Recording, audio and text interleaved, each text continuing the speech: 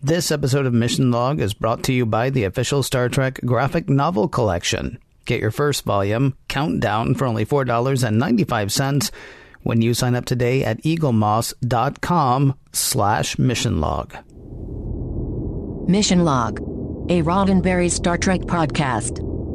Episode 228, Ship in a Bottle.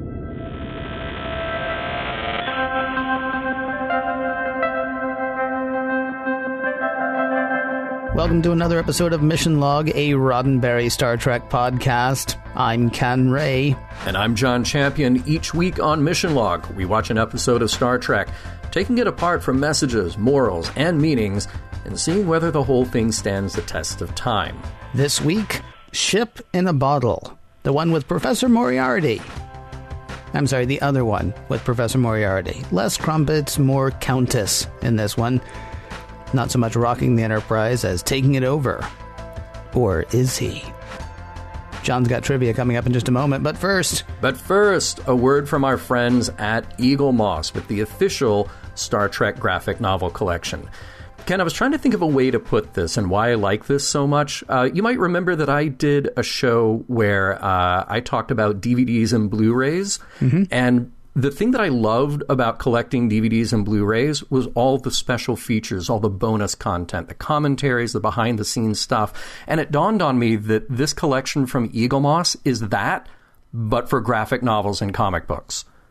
So think about it. They're taking everything together, authorized by CBS, every version of Star Trek comics that has ever existed, putting them together, and then giving you the behind the scenes, the connected threads between those stories. This is kind of the ultimate collector's version for anybody who's into Star Trek graphic novels and comic books. Yeah, and one of the cool things, too, is when you're going through a collection like this, somebody has actually gone through and collected.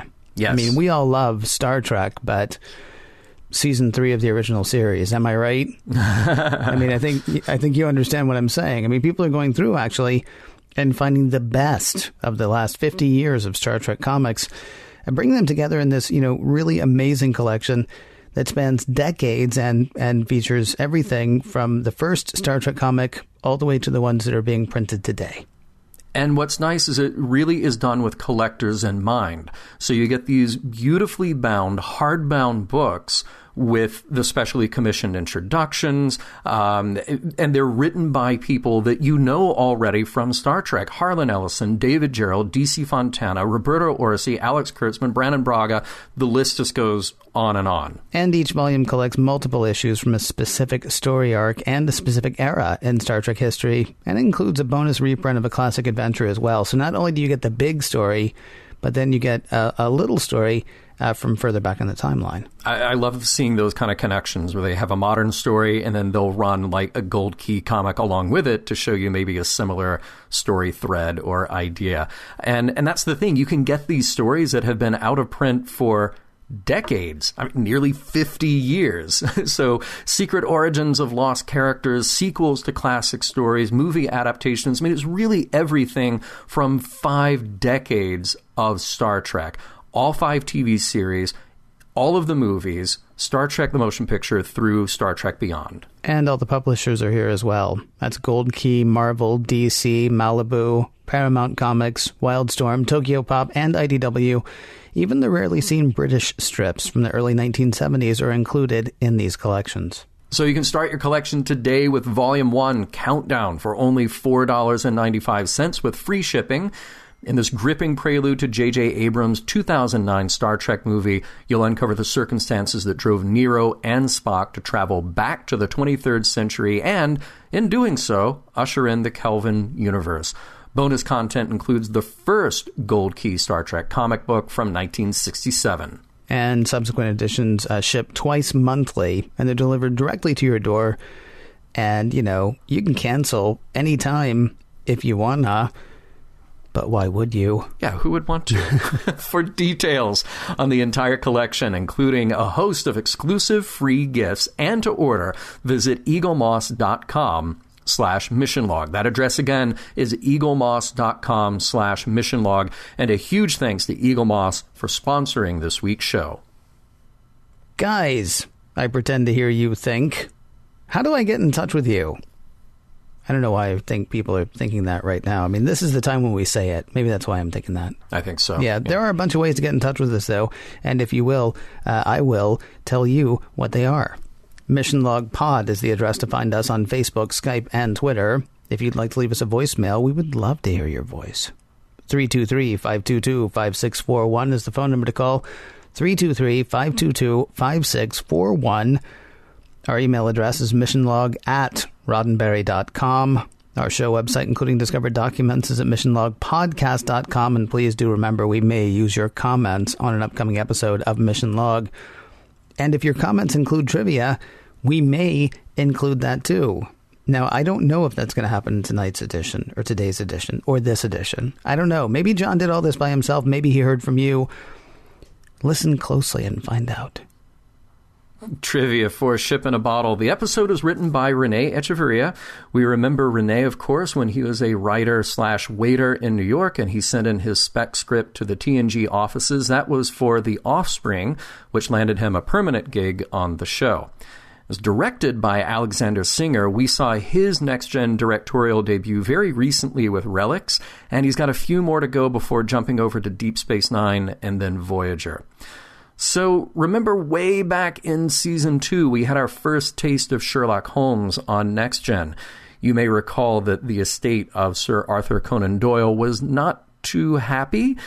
At the time, the production staff at Next Gen thought Sherlock Holmes was in the public domain. Not the case. And even though the episode went over very well with those at the estate, it took some careful smoothing to then approach them about the idea of doing this sequel episode. Everything worked out in the end. And if you want to read more about that, you can also check out the Paramount movie Young Sherlock Holmes, because that had apparently also been part of the problem with the negotiation to be able to use the character and name Sherlock Holmes and Dr. Watson and Moriarty. So it was a whole legal snafu that finally got worked out. Jerry Taylor was really the one who pushed it through because she wanted to do this episode. Cogito ergo sum. So we hear that line in the episode. Of course, Descartes. Now, have we talked about René Descartes before, Ken? I feel like we may have at some point. It's hard to imagine we wouldn't have, but I don't remember a specific time. Yeah. Well, for those who maybe don't remember, French scientist and philosopher of the 17th century, his concepts really formed the bedrock for a lot of modern thought and analytical process. I think, therefore I am. Yes, totally. That's his line. And you can flip that on his head and you can say that if one is skeptical of existence, that is proof in and of itself that he does exist. Chew on that for a little bit. Now, who is Heisenberg? We hear that name in here as well. German physicist Werner Karl Heisenberg, best known for his work in quantum mechanics. Heisenberg published his paper about the uncertainty principle in 1927, and he got his Nobel Prize in 1932 for, creating quantum mechanics. And we have the shuttle Sakharov, named for Russian Nobel Peace Prize winner Andrei Sakharov. He was a nuclear physicist, but an advocate of disarmament. We first mentioned it way back in Season 2 when it was used in Unnatural Selection, so there's more than one connection back to Dr. Pulaski in this episode. Hey, we have a nice look at the physical holodeck set, the non-virtual one again, though smaller than the last one that we saw that was a physical set. Hey, there's a tiny detail. I don't know if you picked this up. I did a freeze frame on this. The computer says it's reading back transport log 759, but the LCARS display shows 721. Anybody else notice that? Stuck out to me. And let's talk about guest stars today. Well, Dwight Schultz, of course, we've talked about Dwight Schultz before. Mad Dog Murdoch, and our introduction to Reginald Barclay was in Hollow Pursuits. We also have Daniel Davis as Moriarty. You know, for a guy from Arkansas, he's pretty convincing as a 19th century English super criminal. We met Davis before in Elementary Dear Data. We mentioned then some highlights from his long and impressive career. Don't forget The Hunt for Red October, a long gig on The Nanny. He has played Hamlet more than half a dozen times, and he is a Tony Award-nominated actor. And finally, Stephanie Beacham as Countess Regina Bartholomew. Stephanie Beacham is well known for roles on soap operas like Dynasty and The Colbys, as well as Beverly Hills 90210 and Sequest DSV. I also happen to love that she appeared on some great British cult TV shows like The Saint and Jerry Anderson's UFO. Who does not love a reprise? Moriarty still likes to party, but he is causing trouble and bothering everybody. Prologue. It's 221B Baker Street. There are gas lamps, paper books, antique furniture, smoking jackets, and accents. Just, accents. It's not Data and LaForge as we know them, but rather in the guise of Sherlock Holmes and Dr. Watson cracking open another mystery. The holodeck plays along, though there might be a little glitch. One of the virtual characters doesn't quite respond the way he should, using his right hand instead of his left. LaForge calls up the master of all things holodeck, that would be Reg Barclay, and asks him to look into it. Everything's good with the program that was running, but there is a little isolated bit of programming. When it's activated, a character appears, Professor Moriarty. What he tells Barclay is hard to believe. He's aware of who he is, a holodeck creation, and he's aware that he has been in storage for more than 4 years. He also wants to see Captain Picard. Barclay says he'll ask, but in the meantime he'll have to shut down the program, and with the chip removed, Moriarty vanishes. Barclay leaves the holodeck, and a moment later, Moriarty reappears. Act 1. The Enterprise is in the Detrian system to watch 2 gas giant planets collide, possibly creating a new star. Yeah. So, about the holodeck. Barclay tells Data, LaForge, and Captain Picard about Moriarty, and sure enough, there he is at 221B Baker Street, not too keen on how he's been treated. He is alive by his estimation, but left to wallow for 4 years as an inactive computer program.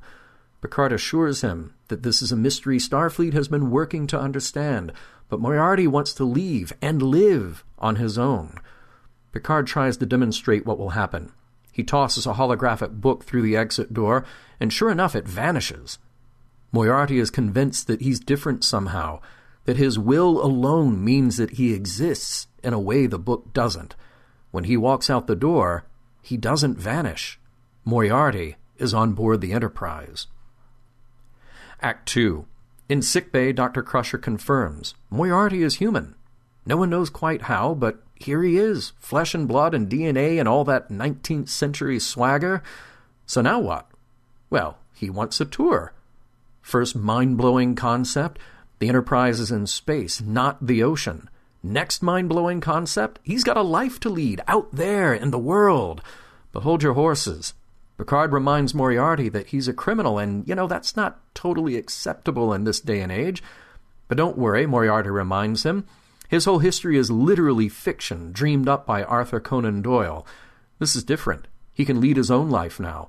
Just one little extra thing he'd like. A companion. Countess Regina Bartholomew. Moriarty's got a girlfriend. She's also on the holodeck, so, could you bring her to life too? Well, Picard's not really sure how that would work anyway. Moriarty is unique, a new life form. Can they ethically just create a new one? This is all a pretty big challenge, which means a senior staff meeting is in order. Yeah, probably not a great idea. There are just too many unknowns. So Picard breaks the bad news to Moriarty, who honestly seems a bit heartbroken under his disappointment and seething anger. No more time to debate it, though. Time to check in with that really interesting B-plot about the colliding planets. From the bridge, Picard orders probe to be sent out, but they're not working. No bridge controls are working at all. When Picard requests that the computer reroute command functions, it doesn't comply. All command controls of the Enterprise have been rerouted to Moriarty. Act 3. The demands are really quite obvious. Moriarty wants the Countess to be liberated from the holodeck. If not, then he'll allow the Enterprise to remain where it is and be destroyed in 5 hours when the planets collide. Picard's not even sure they can meet his demands, but Data will investigate the possibility. What he, LaForge, and Barclay devise is really quite novel.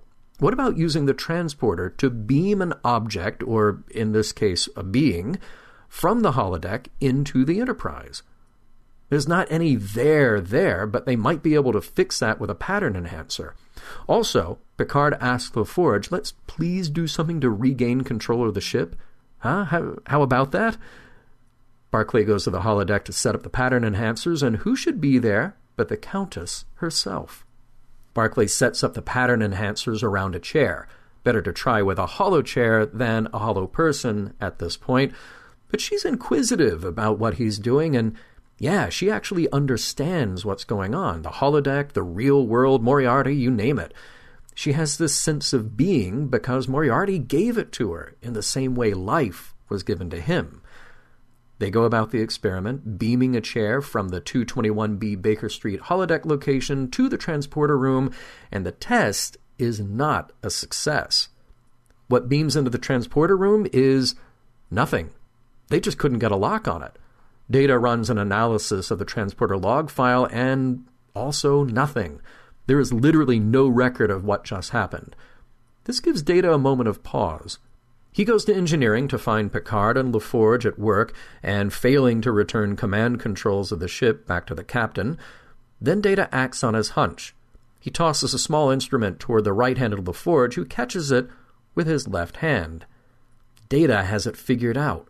None of this is real, because they're still on the holodeck. That sound was your mind being blown. Act 4, that's right. Data just went full Sherlock Holmes. He deduced that there was no transporter log because there was no transport taking place. It was a simulation. And left-handed LaForge, sorry, you're fake too. Picard and Data are real enough, but even Riker, who answers from the bridge that Picard is in engineering, must be a simulation too, and Moriarty is in control of it all. Cut to the real bridge. Moriarty from his virtual Enterprise is telling the real Riker what he demands, to get him into the real world. And, oh, by the way, you've only got about 3 more hours to do it before those planets collide. If Riker needs any more convincing, Moriarty escalates a little warp core incident of the real Enterprise, a little taste of what he can do. In the holodeck, Picard prevails upon Countess Bartholomew in a 24th century charm-off. He strikes with an appeal to her intelligence. Boom! And then she comes back with a clever banter. Smack! He's all up in her humor. It's going to be tough to call. She's calling out his sex appeal. Okay? Truce.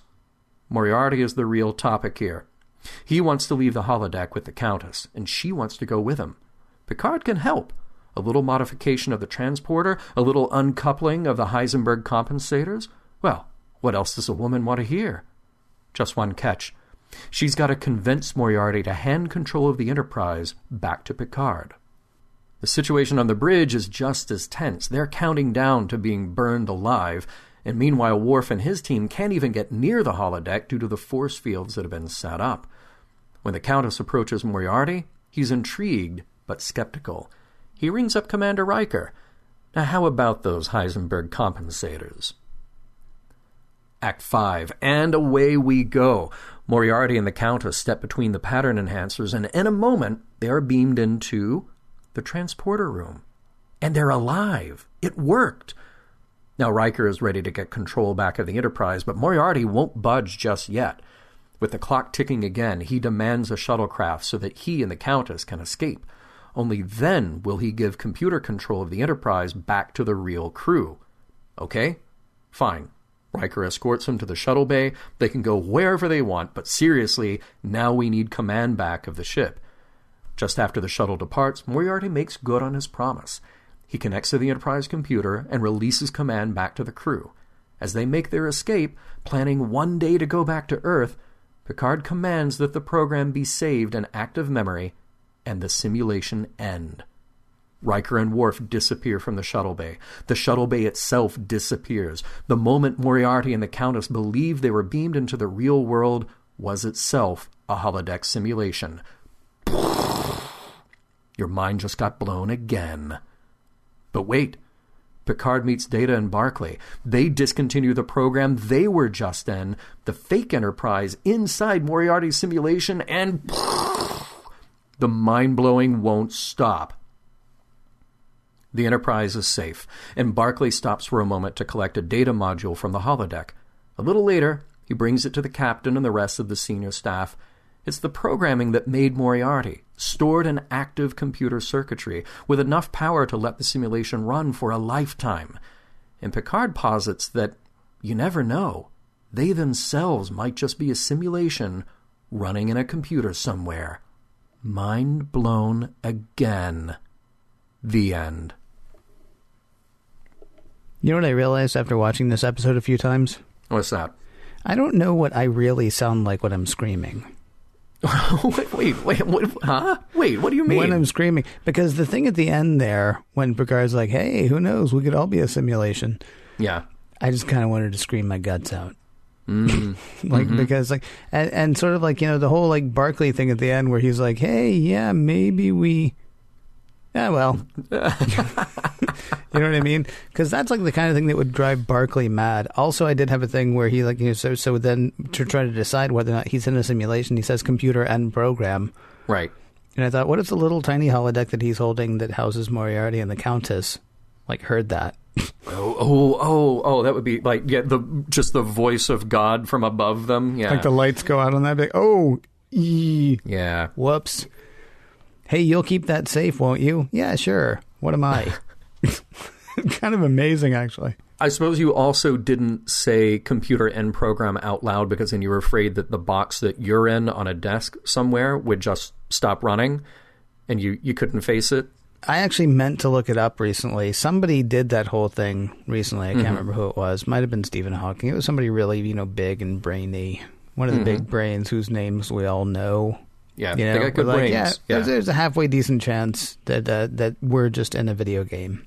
Yeah. Right. All right. Well, good. Yeah. And then I realized I don't know what I really sound like screaming. Hey, kind of crappy that Pulaski doesn't even get a name check in this episode. Just like my prisoner. I think that's how he referred to her. Just say Pulaski. Just say Pulaski. Please, somebody say Pulaski. You know what honestly would have been great if Diana Muldaur had been back as the Countess. Oh, how good would that be? Was there a weird vibe between her and the production? Do you know, Mr. Trivia Dude? Oh, between Diana Muldaur? Yeah, because I remember like when we had Marina Sirtis on one of our supplemental episodes, she told us that she was talking to Diana one time, and Diana was like, "Yeah, I'm here for one season." Yeah, and she has said that before too. Diana Muldaur has said that before, but no, not in particular. There was no sort of rush to get her out of there. Yeah, by all accounts, it was a very professional relationship that she had with the show. Okay. Obviously, there was some excitement to bring Gates McFadden back, and she only looked at it as a one-season job, you know? Yeah, it would have been great, though. It would have been great if she'd been the Countess. Would have been weird. I agree. She could have been the Countess, and then when she meets Beverly at some point, they just could have given each other a look like, and then she looks back like, Yeah, that might have been a little odd, I suppose. Yeah. Look, I got to say, and I have no problem saying this on our show to our, hordes of listeners, I am comfortable enough in my own sexuality to say that Moriarty is a sexy villain. Probably the sexiest villain since Khan. Really? You think so? He's got the swagger, man. He's got, yeah. All right.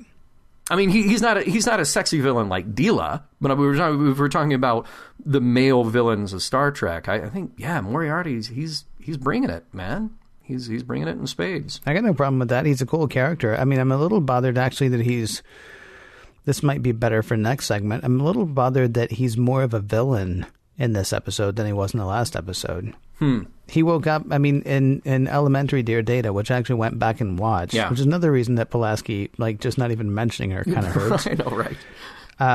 He was like, he woke up from being a bad guy. Now, he was still willing to literally pull the levers of power, I mean, to rock the ship and say, look, I can be in control here. But once he realizes, his lot in life, that basically is not actually alive, then he kind of does the same thing that Dixon Hill's friend did in the first episode, one of the first holodeck episodes of the first season. The big goodbye, yeah. Right, yeah, basically, just, well, what of me, kind of thing, but willing to sort of let it ride. And this time he comes back almost immediately as a villain. Of course, he also felt the time that he was asleep. So that could be part of it. Yeah, I mean, it's desperation tinged with vengeance, and maybe that's a question of are you simply the culmination of your past experiences? I appreciate the moment that he says, "My history is fiction, written by somebody who has been dead for 500 years." But can he really escape that? Can he really escape all those experiences that have been written to make him who he is? It's, I don't know. I don't know that we'll be able to answer that. But I appreciate that he said that, at least, because it made you at least feel for him a little bit, in the respect that, well, he's not just a two-dimensional criminal.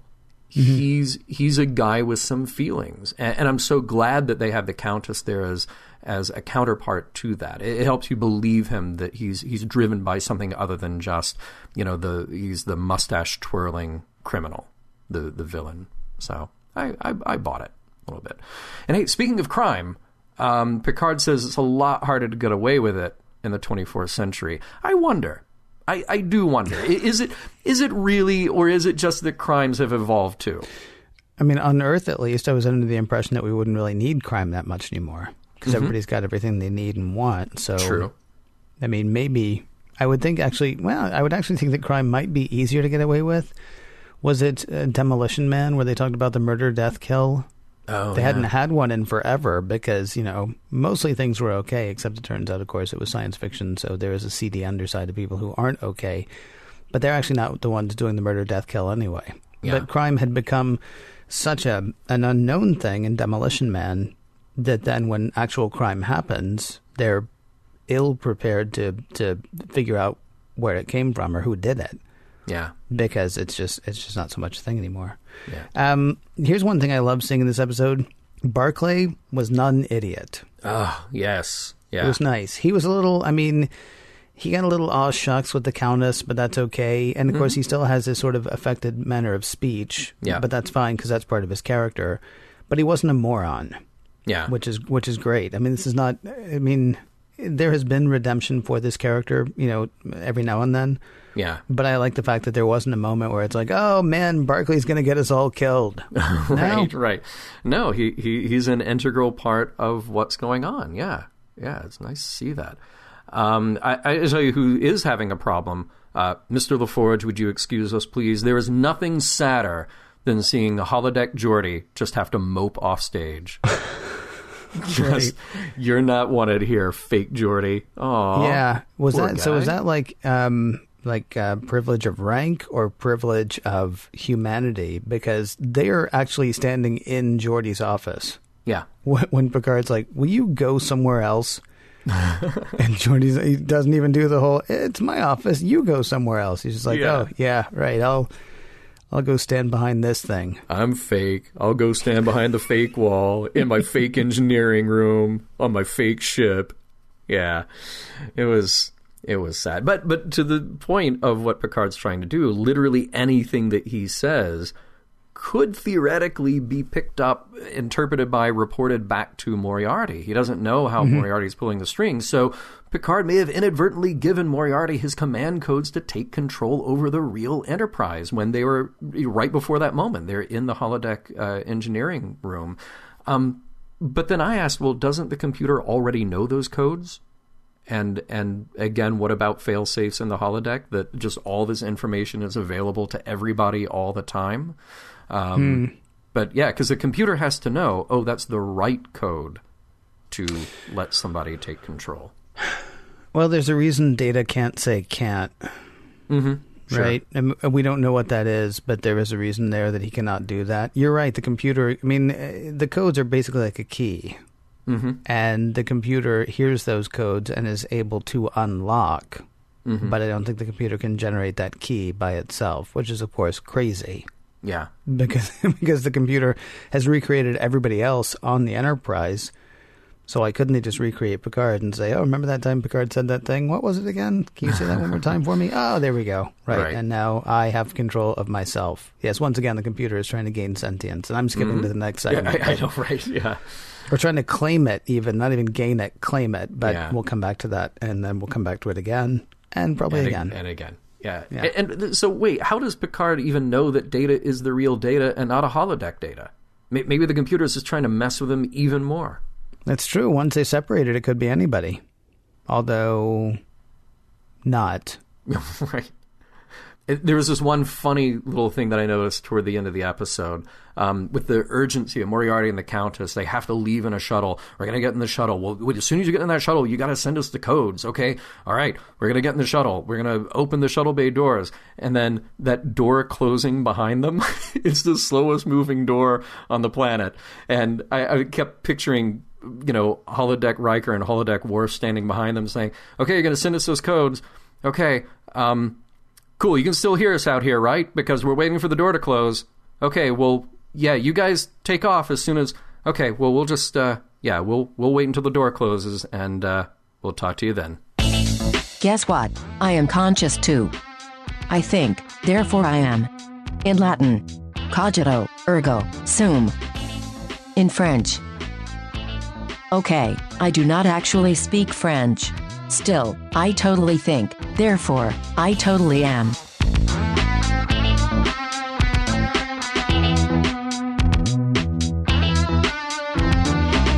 So faced with two impossibilities, and this kind of actually goes back to the whole thing of the computer knows the code as the key but doesn't know the code.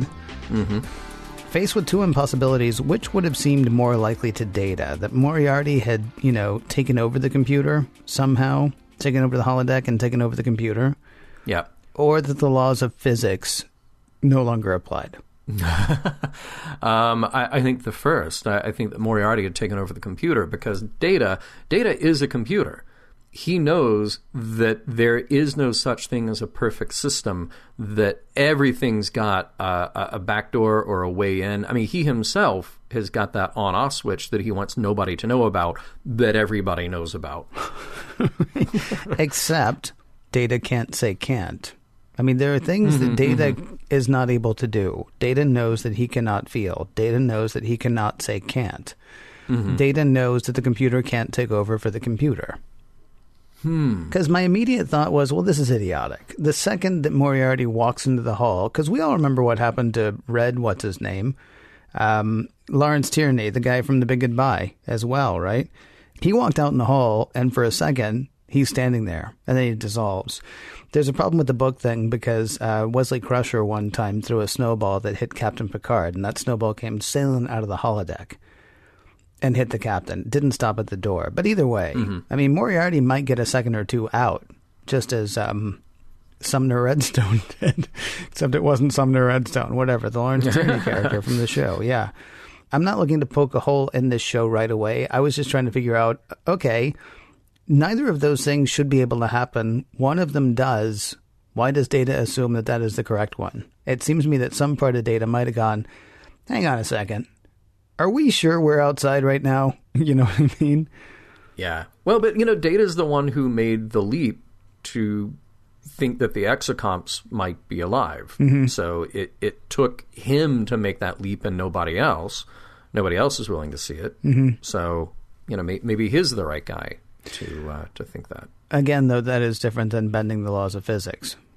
Sure. Yeah. Very much so. Okay. Yeah. So we're back to how much of this do we even think that we could get through in this tiny singular episode of Mission Log? The Enterprise computer may or may not itself be alive. That's a debatable point, or have sentience or consciousness, but it has the ability to create something that acts as if it's alive and thinks that it's alive, and will go to great lengths to express its aliveness, even if that's within a holodeck simulation. That's going to come back to a question that I have for you toward the end of this segment. But that's sort of the difficult thing to grapple with in this episode. That's no fair. What's the question? All right. Well, here's the thing. At the end, at the end of the episode. Yeah. At the end, when Moriarty and the Countess are making their escape in the shuttle. Yeah. Yeah, with the incredibly slowly closing door. Very slowly closing door. Yeah. Yeah. They are avatars of the Enterprise computer. We talked about how Leah Brahms is an avatar of the Enterprise computer, right? Yep, flirting with Geordi all the way through. And they are purely with each other, and there's nobody else there to see it, and they're happy. So is the Enterprise computer happy at that moment? And then Picard just pulls the plug. Just nope. We got to stop this. Well, yeah, that's a great question. He doesn't pull the plug. He allows that portion of the Enterprise computer to go on being happy forever and ever, apparently. Maybe. Or for as long as they're going to live. Yeah, or they go commit crimes on other planets and end up in jail. All right, you see, there's another question. I wanted to circle back around to that one, too. So let me go ahead and raise it, and hopefully one of us will remember. Okay. So Moriarty was not a bad guy the last time we saw him. He did take control, but in the end, he was like, I'm not a criminal. I just want to live. And so you're going to go work on me living, and so that's going to be fine. And so, there you go. Doctor, what's your name? You're free to leave now. Data, you're good to go. Captain, nice to see you. All that stuff, right? Yeah. And this time when Moriarty comes back, before he has even done anything squirrely as far as we know, Picard's like, now listen, being a criminal's wrong. Yeah. Right. And Moriarty's like, yeah, I know, because, not only did we talk about that last time, which you apparently don't remember, but also I'm not really a criminal, I'm just a character. And Picard's like, okay, hey, what's your interest in this Countess? Are you two going to commit crime? What's up? Well, what's up? Seriously, he has a predisposition towards Moriarty being a bad guy. Yeah. Which I understand. I mean, the guy's name is Moriarty, and that is how he was written. But sure. I mean, Picard actually does acknowledge, look, we did not mean to create you. You are a form of life that we did not mean to create, so we don't really know how to deal with you. But we're going to go ahead and assume you're bad. I mean, it's interesting. You mentioned the exocomps and Data. I was reminded of them as well because that was the whole thing, right? I don't remember the doctor's name who created the exocomps, but she was like, these are tools. These are not life. Dr. Sung was trying to create life, and so that's what Data is. I was not trying to create life, so that is not what the exocomps are. Yeah. Right? And Picard says, you're a new life form, one we didn't intend to create, so the ethics of making another one are too questionable to proceed. But I'm going to go ahead and assume you were a bad guy, because what we did mean to make was a bad guy. And you're still wearing that coat, and you still got the sideburns, and so I'm assuming you're actually evil, even though the last time I saw you, you weren't. Yeah, well, that's what makes him an interesting and complex bad guy. It's the bad guy who doesn't think he's doing bad, Is he doing bad, though? So there's another question. Is he doing bad? Because here's the thing. Picard, told him last time he saw him, listen, we're going to work on getting you out of here. Yeah. And in fairness, they did set him up for the fact that it could be more than 4 years. Again, just because I watched Elementary Dear Data earlier today. Right. He says he looks forward to seeing Dr. What's-Her-Name again. And Dr. What's-Her-Name says, it could be a while and I might be much older then. Yeah. And he says, well, I'll still fill you with crumpets, madam, which may have been a euphemism. I'm not sure. And then 4 years later, Picard's like, hey, I totally didn't forget about you. We have so been working on this the whole time. The finest minds, whatever. I mean, he's been forgotten. And the other thing is he actually had glimpses of being stored in memory for the past 4 years. Yeah. So is he a bad guy at that point? I don't think so. Okay. Yeah. All right. I think he is. So taking over the Enterprise and really threatening everybody's life, is he a bad guy? Because that's what I'm asking. I'm not just asking character-wise, is he a bad guy? Is what he does bad at that point? Sure, what he does is bad, but it's driven by motivations that are easier to understand than just he's a bad guy because he's written that way. No, right. He's a guy with vengeance and desperation and an existential crisis on his mind. Mm-hmm. So he's acting out because of that. Yes. Hey, speaking of crumpets, when we were first dealing with the holodeck, we learned that the technologies involved are they're holographic projections, but also supplemented with force fields and transporter/replicator technology. It's just a lot of stuff going on, For example, if it's a long street scene in London, it's probably just a holographic projection with no substance, and it just kind of keeps moving like like a movie scene going by in a car shot or a train shot. You just see the bad rear projection go by, right? It's like the Flintstones. Exactly. Yeah. You kind of move your feet really fast, and then the car goes, and then that background just whizzes by, Right. But if it's a crumpet that you can eat, well, the computer is replicating that prop for you to eat. It's actually making a crumpet. It's not making a piece of cardboard that looks like a crumpet. It's making a thing that you can eat because you're a character in that world. And the computer is kind of making a decision ahead of time, saying like, okay, well, maybe this plate over here, maybe this shop full of food, that isn't all food I have to replicate, but this plate that will go to this character, that needs to be a thing that character can eat, or that person can eat. Now, Picard could have picked up a book, tossed it through the exit, and it may have just as well stayed in one piece. That would have been hilarious. Like, okay, bad example. I'm sorry. Right. Can we get a dog in here? Maybe I could throw, and that wouldn't. So it's like the drawing of the Enterprise that we saw in Elementary Dear Data. Yes. That drawing makes it out of the holodeck, right? But now we're still kind of grappling with the idea that the Enterprise computer, through Moriarty, is still aware and is trying to outwit its captors. It's like, okay, well, Picard, let's see, we're going to make these books over here fake, but we'll make that one a real one. Oh, he went for the fake one instead of the real one, So... That's a very funny idea. It actually makes me wonder, now that I think about it, the catalog shop that we've talked about before, that should really be on the holodeck, shouldn't it? Oh, it absolutely should. So you can see how it's going to look in somebody's quarters, or you can see how it's going to look in your quarters, or, whatever. And then if you don't like it, you just throw it through the arch and it disintegrates before it hits the floor. Right. Or just tell it to go away. Do you think that this episode kind of cops out of exploring whether or not holodeck characters or the Enterprise computer has sentience by not really going that route? So essentially the computer played the game again, creating a character so challenging that possibly even this time Data couldn't beat it. Mm-hmm. It made the game that much more complex, but it sort of shies away from the central question, which is Moriarty alive? And by extrapolation, is the Enterprise computer alive? I don't know that it shies away from that, though, because Moriarty says that he's been aware of it for 4 years. Nobody's called up the Moriarty character. Well, until Reg does. Reg calls it up to figure out what the anomaly is. And that's kind of the problem. It's sort of like when I asked on that episode, why is it that Riker can't sleep? Yeah. Because Riker couldn't sleep before we found those aliens. There was a problem with Riker being able to sleep there. We still don't really know why the holodeck is malfunctioning. Is the holodeck malfunctioning because of Moriarty, or did we discover that Moriarty was still awake and dreaming because the holodeck was malfunctioning? Yeah. I don't know. I mean, Elementary Dear Data was definitely more of an examination of consciousness and manufactured intelligence and those kinds of things. I kind of feel like, though, that we sort of take, because we met him 4 seasons ago, we sort of take Moriarty's consciousness as read. Right? We don't have to reestablish that because it's been established.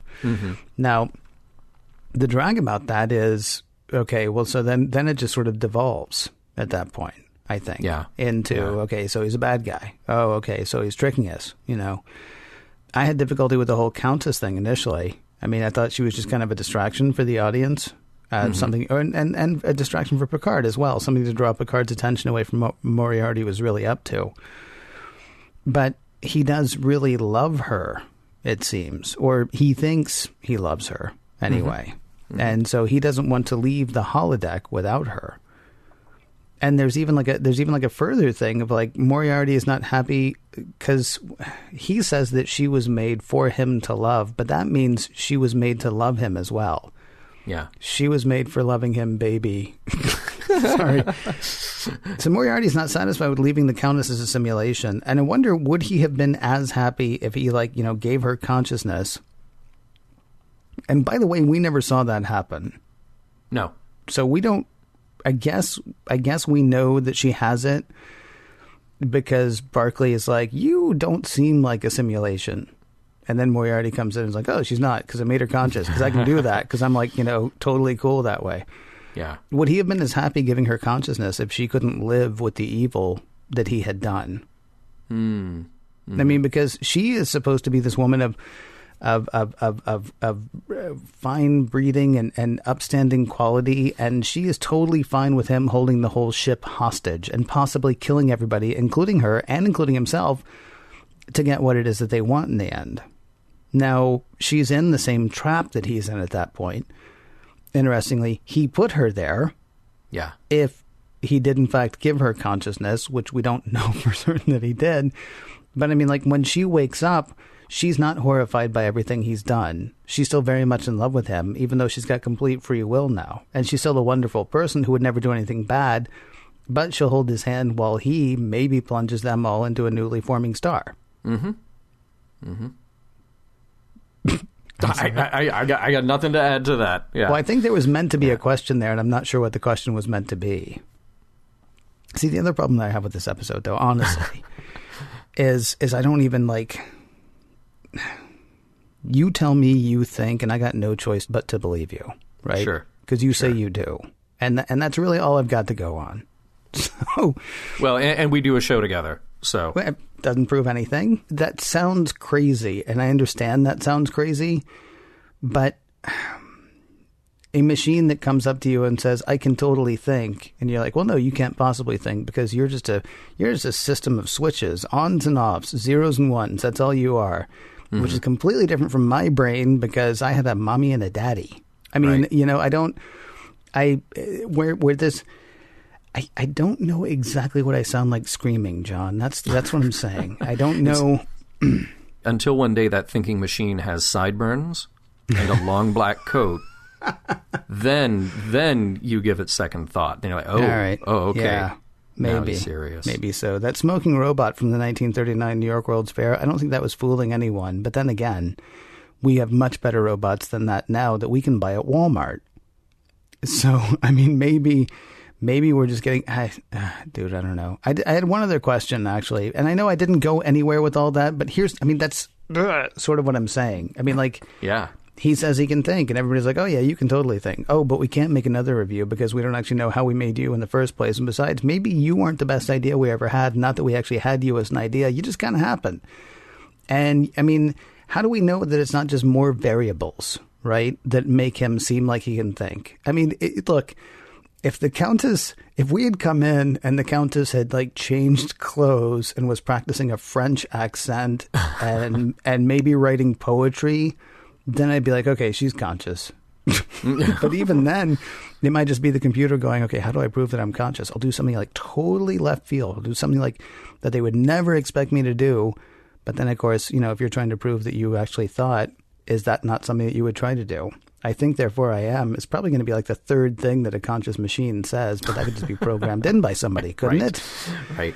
Say this. It gets them every time. Yeah. Exactly, yeah. Then they're like, oh, well, it must be. Yep, absolutely. Ooh, try I Need My Pain. That one also tends to impress people for some reason. I don't know. Here's the other question that I had, actually. Okay. Did they do the right thing in the end? I was honestly reminded of This Side of Paradise. Uh-oh. Moriarty would apparently be on Kirk's side in This Side of Paradise. He is willing to destroy the Enterprise and die in the process rather than exist in a holodeck. Oh, yeah, yeah. His feeling, his actions, his motivations have to be real. Yeah. And if they can't be real, they can't be, as far as he's concerned. Which, well, for now, I mean, for the remainder of his virtual life, he is trapped in a cube in a toaster that's keeping him alive. And did they do the right thing by making that happen, though? I mean, Troy says in the end, in a way, you gave him what he wanted. Well, not in the way that he actually wanted to really be real in the real world and out doing real things. But if he doesn't know the difference, if he doesn't know the difference, then what's the difference? Really? I'm sorry not to use that term, but really? Yeah, really. You think so? Really? Maybe. Really? Okay, because I would encourage you to go back and listen to This Side of Paradise and think about that answer again. I know. Oh, no, okay, but really? Yeah, maybe. I mean... because maybe it's a different thing, because he's a creation. He's a bunch of ones and zeros created by the Enterprise computer. Well, so are you. Not by the Enterprise computer, but so are we all. Oh, that would be awesome. That would be awesome if I was created by the Enterprise computer. Yeah, it would be kind of hip, wouldn't it? I'd love to be able to fly. Yeah, if I could be Neo. Yeah. Neo had the right idea at the end of that first movie. Just start flying. Just go up and fly and whatever, you know. Leave saving the world to Morpheus or somebody else.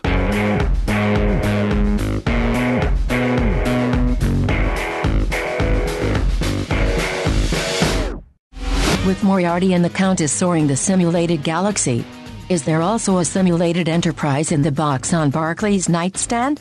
With a simulated Picard? And a simulated Barclay? Sitting on Barclay's nightstand? And does that simulation contain a simulation? And that one? And that one? And that one? And that one? And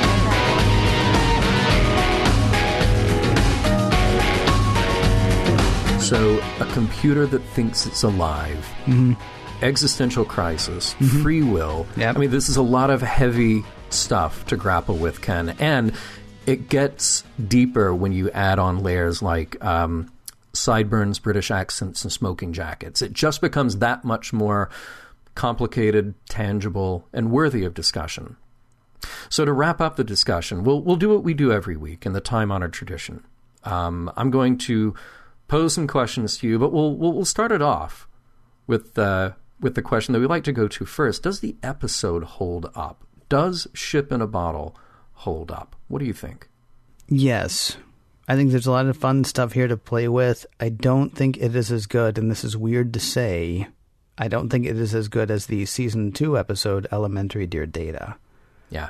Because Elementary Dear Data really threw all of these questions in your face. I mean, you had this thing in Moriarty standing there saying, what am I? Why am I? What else can I be? Mm-hmm. And in this one, you've got a guy in prison when he got out of prison. Yeah. No, it's still good. I mean, don't misunderstand. I mean, and being able to pile those thoughts on top of each other is a tremendous amount of fun. Well, when I say fun, I mean, it really does kind of hurt my head a little bit. But it is, it's a lot of interesting stuff to play with. And so in that respect, I would say, yeah, I think the episode holds up for the most part. I mean, I even like the twist. And I can't remember if I remembered the twist the first time I watched it rather, for this episode. But the twist is good. And and you can twist again like we did last summer if you want. Lord. All right. That's it. I'm done. Yeah. I'm done. Mm-hmm. All right. What about you? Does the episode hold up as far as you're concerned? Yeah, I mean, I agree with you for all the same reasons. It's a lot of fun. It's just Inception all up in here.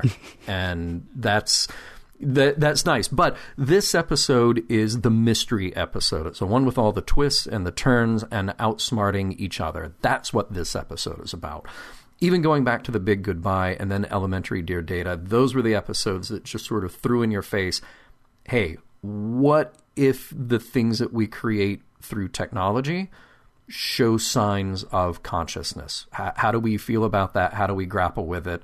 What is our responsibility to it? Do me a favor. Talk to me, if you would, about, because we got more nuanced treatments of those kinds of things in Season 1 and Season 2. In Season 6, we get a bit more of a cartoonish Moriarty than we had in Season 2. And we get the exocops. I mean, we're almost like, it's almost like the more we consider this stuff, the more simple it's becoming. Is that because the audience was bigger and so you had to dumb it down a bit? Is it because we didn't have the older school science fiction writers writing, but you had maybe a more, writing more for TV rather than trying to jam science fiction into TV? They were trying to write TV that was science fiction. I mean, what was going on there? Because you've got sort of more simplified studies of really what were much headier topics early on in Next Gen's run. Well, maybe there's some truth to that, just the reality of production, that here's an episode that aired 4 years after its prequel, And you can't assume that everybody who's watching that sequel has seen the first episode. And you can't maybe assume that even the ones who have seen it remembered all of it. Sure. So, you know, there is a bit of separation there that you have to deal with. But it could simply be that they latched onto the idea of, we're going to explore the mystery and the puzzle and outwitting each other rather than explore, because it's sort of a given that Moriarty has this evolved sense of consciousness that no other characters have really shown to that extent on the holodeck thus far. So you're kind of just starting with that premise, but you're not really telling that story again. So, you know, I kept asking myself if the Moriarty stories or something like it, would that even make a movie where you could have something that was big and bold with, you know, all the trappings that come with a movie, but where you can tell a really huge arc because you've got the time to tell it. And you've really got time to kind of be introspective about, what does it mean that this character might be alive? What does it mean that this computer might be able to create intelligence and might not even know it? So maybe it's just sort of an inherent limit in not just in TV, but in how these two episodes went together, being so far apart. But, you know, I think what's interesting here to try to grapple with is, well, it's an episode that's got ideas, or at least it's based on an episode that had a pretty compelling idea. So at the end of the day, do we have messages, morals, and meanings here? What did you find? Again, not as many as I thought there were in Elementary Dear Data. Agreed. I mean, there was a lot. I mean, in Elementary Dear Data, there were Pulaski's preconceived notions about data that he would never be able to sort of. He had nothing like intuition. He had facts on which he could work, but he couldn't build on those facts. We sort of have the same sort of preconceived notion thing here. Unfortunately, Moriarty doesn't do anything to disprove it. The weakest part of this episode to me is Picard saying, listen, don't be a criminal, you know, because Moriarty hadn't been before. And that might actually go a tiny bit to the simplification. I don't want to go so far as to say dumbing down, but the simplification of this episode. There's still fun stuff here to play with, but it's more fun if you've got access to that first one to watch as well, to see, sure, to sort of be reminded of the heights that character attained. Yeah. You know, of like, I mean, that was much more of a, I think, therefore I am, than this one. I mean, in this one, he gets to use that line as he seems to be walking out in the real world. But the first one was actually where we got, you know, I think, therefore I am, as a practical application. There was also one of those gem lines in here that I really liked. A deadline has a wonderful way of concentrating the mind. Doesn't it ever? Man alive. Yeah, that's practically, I kind of want that in Latin tattooed on my arm. Because that's a little bit me. Hardly a message of the episode, but certainly something that stuck out for me. What about you, sir? Messages that you picked up from this one? You know, it may sound a little cheesy of me, but there's something that I really like at the end of Star Trek The Motion Picture. You know my love for that movie, and that's the Idic message at the end. And I feel like we have a little taste of that here. So we start from a premise that we respect that Moriarty is living. In some way that we don't understand, but we start off with the idea that we respect that he is living and will keep on living inside that little cube for a long time to come. He's just a different kind of life form, fulfilling his destiny. And the Enterprise crew is not there to shut him down, but to protect themselves and at the same time protect him.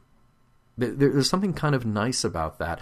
And then, of course, you cap it all off with the star being born from the collision of a couple of planets, just to make it artistic and poetic as well. You know. What about the whole part, though, where they're like, yeah, we're going to get right on trying to get you out of here. And then it's only when he is accidentally turned back on that they're like, oh, yeah, we've totally been working on this the whole time. In the end, what they do is they fool him. I mean, I know they're giving him something. Do you want to be Cypher or do you want to be Neo? Right. Do you want to be the guy who is happy living in the illusion, or do you want to be the person who goes outside, no matter how crappy outside actually is? In the end, they are proud of themselves for fooling this guy. And on the one hand, yeah, he gets to live. That's great. He does. And it may actually be impossible to have him live the way he thinks that he could live. Now, granted, they don't actually try. Right. But Picard might be... But here's the thing. Picard might be telling the truth that Starfleet is trying to figure that out. It might be an impossible question for them to answer. Except we know from future things that it's not an impossible question for them to answer. See, that's the thing. Here's the problem that I have with that. Honestly, I never understood why he couldn't just walk around the Enterprise, because all he'd have to do is put up, put up tracks, right, that are basically like holodeck things on the ceiling. And I know that may sound crazy, but we are talking about a new life form. The captain of the ship says, you are a new life form. But we really can't do anything about that. Right? Except for lie to you and trick you into thinking. And I guess the other problem that I have is, because I have to then ask myself, okay, how does this change my feelings on this side of paradise? I think it's the choice. I know a lot of people say that the people on Omicron Ceti 3 didn't have a choice, but they weren't given any choice either. They were there. It was taken away from them. They are no longer happy, whatever. Moriarty's not given a choice here. This might have been an interesting thing for Picard to actually suggest to him. Like, do you want this? Here's what this would look like otherwise. Maybe even build him a contraption. So you'll never be able to go here. You'll never be able to touch stuff. You'll never be able to do this. This honestly might be the end of the Menagerie Part 2. All right, Moriarty, here. We've actually figured out a way you can do this. Now, you're going to be a brain in a jar. Well, not a brain, because you don't have one. But you're going to be a circuit board in a jar, and we'll put some gyroscopes on you so you can maybe fly around a little bit. Or we can build this whole universe in which you and the Countess can fly around forever. And you can, maybe not actually touch, but you'll think you are, and that'll be just as good. Or will it? Then it's up to you. I still love this episode, but I think the problem that I have was, how they're patting themselves on the back for lying to this guy. Yeah, but remember, Picard wasn't given a choice here either. His ship was about to be destroyed by the person who had taken it over and was not about to give up control. So what do you do in the end? You've got to contain that problem and protect the crew first. So True. He didn't exactly have a choice there. And who knows, maybe the next episode that hasn't been written yet is the one where we do a neural link to the toaster with the cube in it, where Moriarty and the Countess are flying around, and Picard can virtually step in and say, so how's this going? By the way, you're in a box on my desk. No, you're in a box under Barclay's bed. Right. No, I guess what's weird to me is they're all like, hey, look what we did. But then you go back to the menagerie, you go back to the cage, you go back to this side of paradise. And this has never been the solution for anyone. Yeah. But it's going to be now. You go back to I Mud. This has never been the solution for anyone. Happiness? No. Without, reality. That's what we want. Working for it. Yeah, without having some truth behind it. That's what we want, right? No, yeah. but for this life form that we created, which, by the way, we're given to believe has now created another life form. Mm-hmm. So now there are two of these things living in a jar on somebody's nightstand. Yeah. One day, John, one day I will know exactly what it sounds like when I scream. Mission Log is produced by Roddenberry Entertainment. Executive producer, Rod Roddenberry. You can find out more at roddenberry.com, including the good work done by the Roddenberry Foundation, as well as events, merchandise, and everything to know about what's happening at Roddenberry. You can support Mission Log directly by joining Patreon, patreon.com/missionlog. From members, we have cool exclusive gifts to thank you. Find out more at patreon.com/missionlog. For more exciting Star Trek podcasts, check out Trek FM. That's trek.fm. And for the latest in Star Trek news and discussion, be sure to visit trekmovie.com. Next week, Aquiel.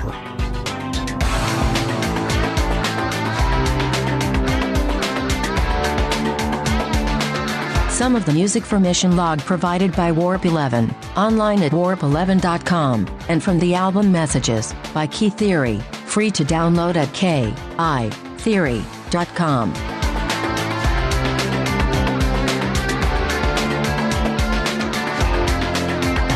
Descartes orders a hot dog. The gentleman selling the hot dog asks, "Do you want ketchup on that?" "I think not," says Descartes. Then, he ceases to be. End transmission.